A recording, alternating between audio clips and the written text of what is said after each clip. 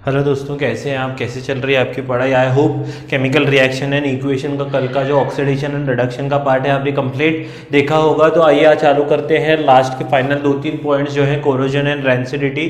उसमें पहला पॉइंट है कोरोजन। अभी कोरोजन यानी क्या? जंग लगना। जंग लगना। अभी आपने देखा होगा कि आप व्हीकल्स वगैरह या घर में जो यानी जो मेटल आर्टिकल्स होते हैं वो जब नए लाते हैं तो एकदम शाइनी वगैरह होते हैं, या ग्रिल्स होते हैं, विंडो के ग्रिल्स वगैरह एकदम शाइनी होते हैं। पर धीरे धीरे क्या होता है, जैसे जैसे हम उनको यूज़ करते हैं डे बाय डे, एक स्लो प्रोसेस से दे लूज देयर शाइन और कुछ ऐसे ब्राउन कलर के लेयर्स, फ्लेकी लेयर्स बाहर निकलते हैं। तो इसको ही बोलते हैं जंग लगना या कोरोड होना। तो कोरोजन यानी क्या? जो फ्लेकी लेयर्स यानी metal it loses it shine and strength, और धीरे धीरे उसकी क्या बोलते हैं, फापड़ी जो बोलते हैं, वो ऊपर के जो लेयर बाय लेयर वो थोड़ा थोड़ा लूज होते जाता है। और जो आप देखने होंगे अपने घर में, अगर जो पुराने ग्रिल्स वगैरह हुए होंगे उसमें छोटे छोटे होल्स हो जाते हैं, या उसकी थिकनेस रिड्यूस हो जाती है, या easily they are bendable now. तो कोरोजन एक बहुत ही सीरियस प्रॉब्लम है। तो इस सीरियस प्रॉब्लम के लिए ये होता कैसा है पहले हम समझेंगे, and then will find out the solution. तो देखिए कोरोजन में क्या होता है, मान लीजिए मैंने एक टेस्ट ट्यूब ले लिया,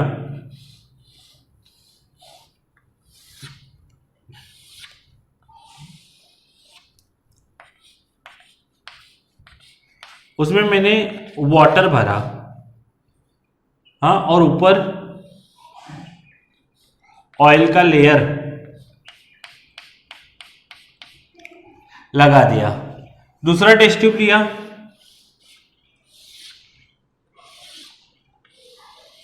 उसमें वाटर लिया, सॉल्ट सोल्यूशन लिया, वाटर यानी सॉल्ट सोल्यूशन। ये कैसा था? Only water.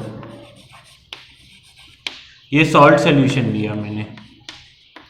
फिर तीसरा लिया, इसमें वाटर नहीं भरा, सिर्फ एयर है। चौथा लिया, इसको मैंने ऊपर से बंद किया, एयर टाइट बंद किया, और नीचे मैंने एनीहाइड्रस सॉल्ट, और इसके अंदर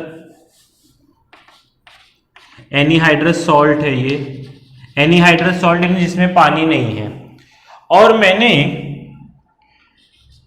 इन तीनों में एक आयन नेल डाला,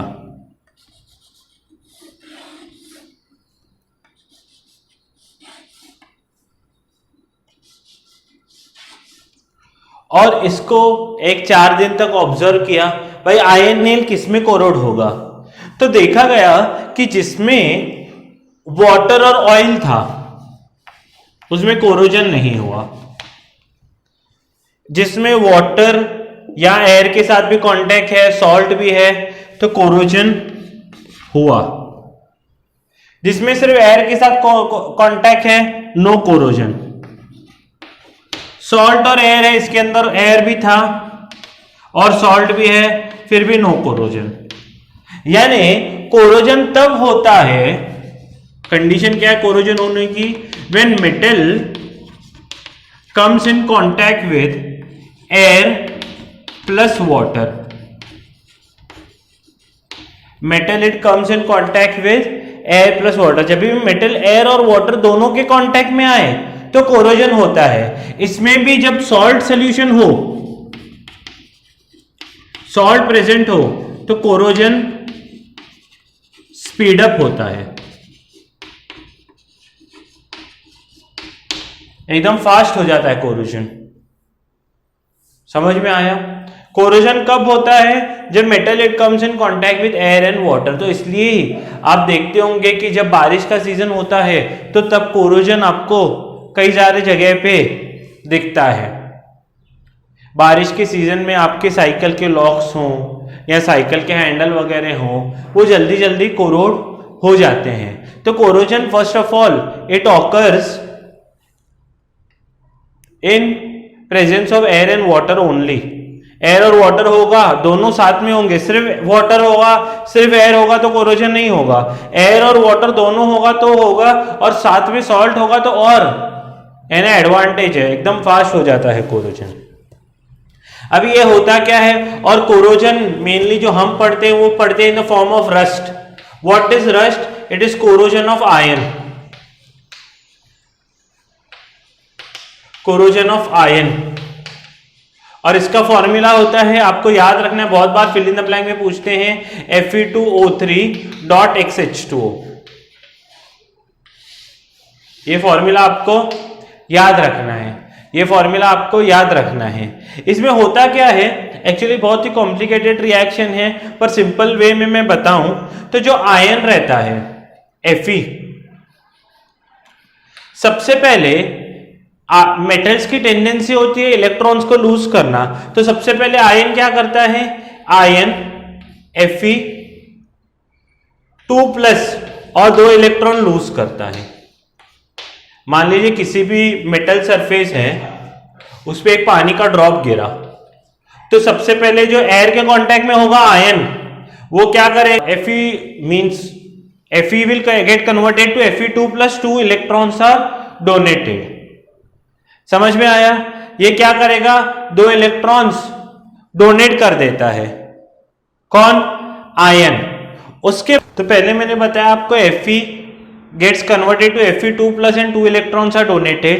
उसके बाद वाटर के साथ इसमें क्या होता है, वाटर में H+ आयंस भी होते हैं।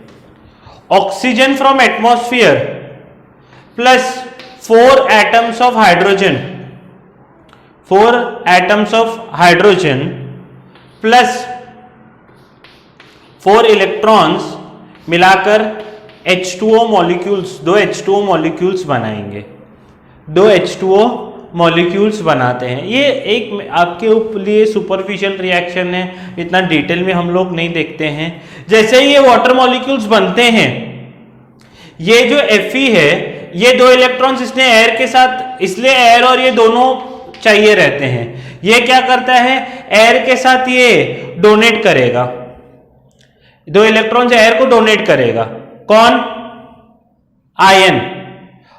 जैसे ही वाटर मॉलिक्यूल्स बनते हैं, 1 more electron is donated, Fe2+ क्या करता है, Fe3+ में कन्वर्ट हो जाता है और एक इलेक्ट्रॉन रिलीज करता है। अभी ये किसको रिलीज करेगा, वाटर को, वाटर को 1 इलेक्ट्रॉन देता है, किसको देता है, वाटर को 1 इलेक्ट्रॉन देता है।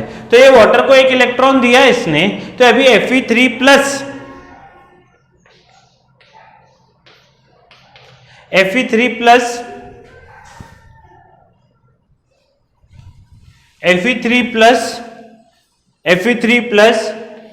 4 वाटर मॉलिक्यूल्स मिलके Fe2O3.H2O बन जाते हैं and 6 hydrogen ions are donated. आपके लिए बस सुपरफिशियली याद रखना है, कुछ नहीं करना है। पहले क्या होता है, Fe क्या करेगा, 2 इलेक्ट्रॉन्स एयर के पास लूज करेगा, तो Fe2+ और 2 इलेक्ट्रॉन्स आर लॉस्ट, ऐसे हो जाएगा। फिर O2 जो होता है, oxygen in air, it reacts with hydrogen atoms. कोई भी मेटल सरफेस होते हैं ना, मेटल सरफेस है ये, मान लीजिए उसमें पानी का ड्रॉप, मान लीजिए इधर आके इसके सरफेस के ऊपर एक ड्रॉप पानी का, ये what is this, this is H2O। तो ये आयन जो आर्टिकल्स होता है, iron articles they lose 2 electrons to air and become Fe2+।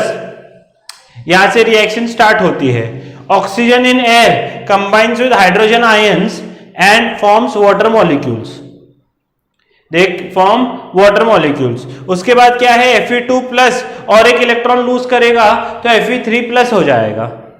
क्या हो जाएगा, Fe3+। ये वाटर में होती है reaction and finally this Fe3+ when it reacts with water molecules form so gets converted to Fe2O3। आपको बस सुपरफिशियली इसका रस्ट का लिखना है। ये थोड़ा सा 11th स्टैंडर्ड में जब इलेक्ट्रोकेमिस्ट्री पढ़ते हो आप, तो इलेक्ट्रोकेमिस्ट्री के हिसाब से समझता है। आपको सुपरफिशियली हमको मुझे पता है कि थोड़ा ही समझेगा, जितना आप ग्रास्प कर पाए उतना कर लीजिए, नहीं तो फिर आपको फॉर्मूला भी Fe2O3.XH2O इतना भी याद है तो बहुत अच्छी बात है। अब स्क्रीन को पॉज करके मेनली फॉर्मूला वगैरह सब लिख लीजिए।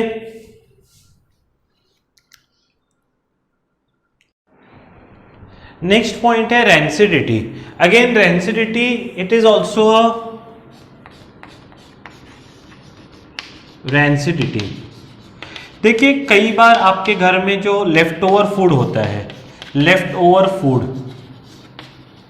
अगर उसकी बात करें हम लोग तो थोड़े टाइम बाद जो लेफ्ट ओवर फूड है वो क्या हो जाता है, उसका टेस्ट एकदम घूम जाता है, आपको यानी अच्छा नहीं लगता। या फ्रूट्स एंड वेजिटेबल्स अगर बहुत टाइम तक घर पे रखे जाएं तो वो काले हो जाते हैं, इज़न्ट इट, काले हो जाते हैं। फूड वगैरह जो रखते हैं उसका टेस्ट, स्मेल, मेनली जो ऑयली जो फूड्स होते हैं या ऑयल खुद लेफ्ट ओवर ऑयल अगर रहता है तो वो क्या हो जाता है, वो उसका स्मेल, ऐसे जो ऑयल में अगर हम कुछ भी तलते हैं तो क्या हो जाए, होटल्स वगैरह में कई बार हम जाते हैं तो क्या होता है, कुछ ऑयली फूड मंगाए तो बोलते हैं अरे इसमें तो स्मेल है।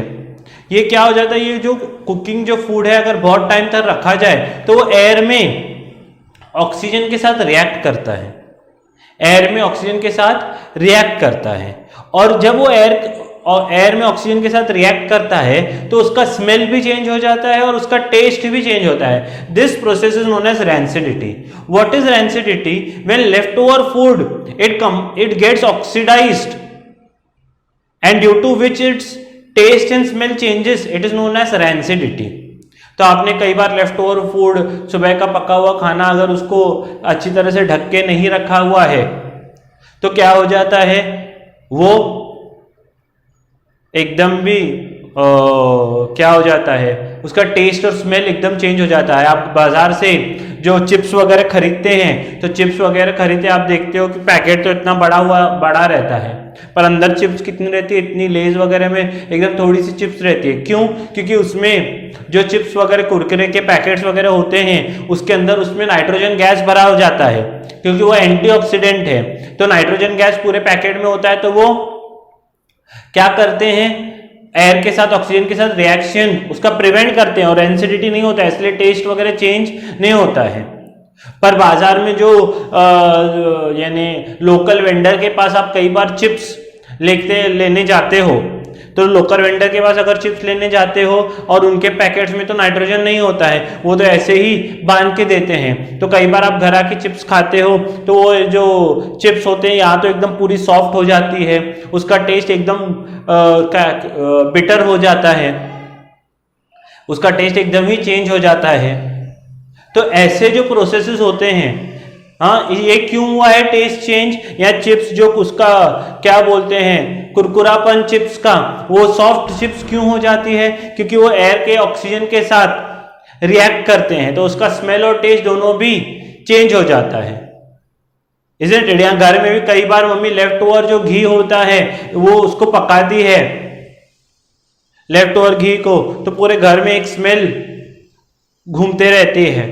आपने देखा हो कई बार देशी घी मम्मी उसको क्या करती है, देशी घी को हीट करती है तो घर में एक अजब सा अलग सा स्मेल हो जाता है। तो ये सब प्रोसेस क्या है, रेंसिडिटी। रेंसिडिटी क्या होता है, जो कुकिंग ऑयल होता है, फूड स्टफ्स होते हैं, वो एटमॉस्फेयर के एयर के साथ कंबाइन होते हैं और एटमॉस्फेयर के एयर के साथ कंबाइन होने के कारण उनका स्मेल और टेस्ट दोनों भी बदल जाते हैं। उसका जो टेस्ट होता है, स्मेल होता है, कुरकुरापन होता है, स्पेशली जो हमारे ऑयली फूड स्टफ्स होते हैं उनका जो कुरकुरापन होता है वो क्या हो जाती है, उसका जो टेक्सचर होता है पूरा का पूरा चेंज हो जाता है। उसी प्रोसेस को बोलते हैं रेंसिडिटी। और इसको रोकने के लिए हम क्या यूज करते हैं, एंटीऑक्सीडेंट्स यूज करते हैं। जैसे मैंने नाइट्रोजन बोला, एंटीऑक्सीडेंट्स यूज करते हैं।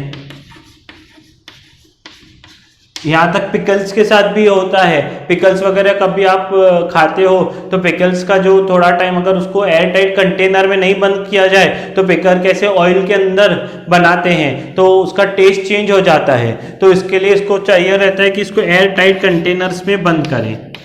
यहाँ तो आपको चिप्स वगैरह होता है, चिप्स चूड़ा वगैरह, तो उसको एयर टाइट कंटेनर्स में रखना पड़ता है। अगर एयर टाइट कंटेनर्स में अगर आप उसको नहीं रखोगे, या जिप लॉक वाले जो आजकल कैरी बैग्स आते हैं उसमें नहीं रखोगे तो एकदम टेस्ट उनका चेंज हो जाता है। तो that is what rancidity is? Rancidity is nothing but oxidization of foodstuffs. तो उसको एयरटाइट कंटेनर्स में रखना पड़ता है। अच्छा, कोरोजन को रोकने के लिए क्या करना पड़ेगा? देखिए, कोरोजन के लिए दोनों जरूरी है, एयर और वाटर। तो मेटल सर्फेसिस को ऊपर से क्या करते हैं? पेंट करते हैं, ग्रीसिंग करते हैं। क्या करते हैं? पेंट या ग्रीसिंग करेंगे तो एयरटाइट कंटेनर्स, सॉरी, पेंट या ग्रीसिंग करेंगे, दो अलग अलग चीजों को मिक्स कर रहा हूं। पेंट या ग्रीसिंग करेंगे तो जो मेटल आर्टिकल्स हैं उनका कोरोजन नहीं होता है। तो आज के जो सवाल हैं, यहां पर चैप्टर खत्म होता है। आज के जो सवाल है वो मैं लिखता हूं। पहला है डिफाइन आज और कल के ऑक्सीडेशन विद एग्जाम्पल। दूसरा जो सवाल है डिफाइन रिडक्शन। तीसरा जो सवाल है oxidising agent, reducing agent, oxidising agent, reducing agent. चौथा जो सवाल है रेडॉक्स रिएक्शन।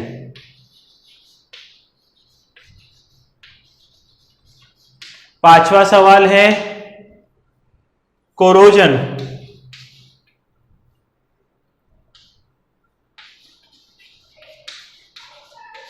छठा सवाल है फॉर्मूला फॉर रस्ट।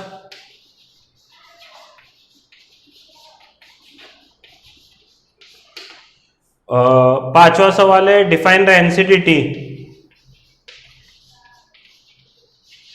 नेक्स्ट सवाल है foodstuffs are kept in airtight containers.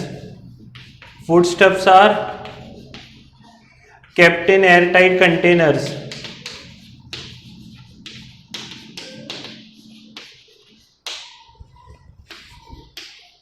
छठा सवाल है, छठा नहीं, अभी आठवां नौवां हो गया होगा, छठा याद आ रहा है।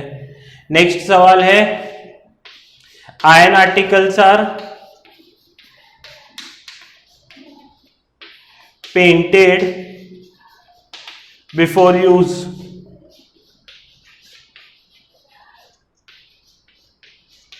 समझ में आ रहा है?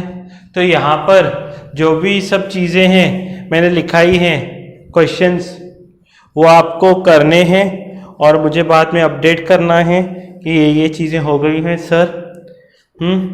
तो आप ये सभी क्वेश्चंस लिख लें। आई होप आपको पूरा लेसन अच्छे से समझा है। फिर से आप केमिकल रिएक्शंस वगैरह एक बार देख लें, प्रैक्टिस करें, और जो भी नहीं समझा है वो मेरे से पूछ सकते हैं। तब तक के लिए पढ़ते रहिए, फिर मैं आऊँगा नया लेसन लेके। तब तक के लिए पढ़ते रहिए, अपना ख्याल रखिए, अपने पेरेंट्स का ख्याल रखिए। जय हिंद। वीडियो पसंद आई तो लाइक ज़रूर करिए।